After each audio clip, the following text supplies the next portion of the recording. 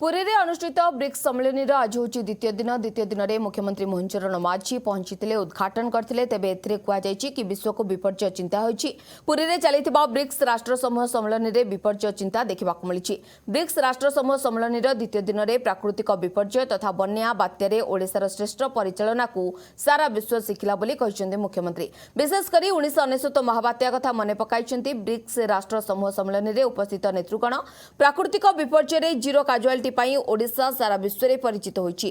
बैठक उपयोगी निष्कर्ष आगामी दिन में काम लगिब। BRICS disaster reduction working group द्वितीय वैश्विक सम्मेलन में 11 देशर प्रतिनिधि सामिल होता बेले ओडिशार प्राकृतिक विपर्य मुकाबला विषय में बखाणी मुख्यमंत्री और राजस्व मंत्री। The theme of our meeting, building for resilience, innovation, cooperation and sustainability,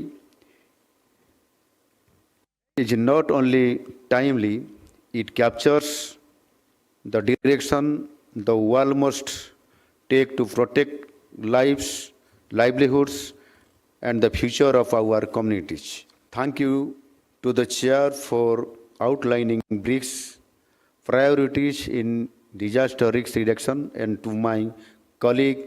एभलिया BRICS राष्ट्र समूहर प्राकृतिक विपर्य को लेकर आलोचना करने पुरी को स्थान निरूपण करवाटा सेतिरे ब्रिक्स राष्ट्र समूहर एवं नेशनल डिजास्टर मैनेजमेंट अथॉरिटी रो जो कारण दर्शाई से माने तार प्रासंगिकता अच्छी आयोजन करिवार कारण होची जे ओडिशा एक प्राकृतिक विपर्य प्रवण राज्य।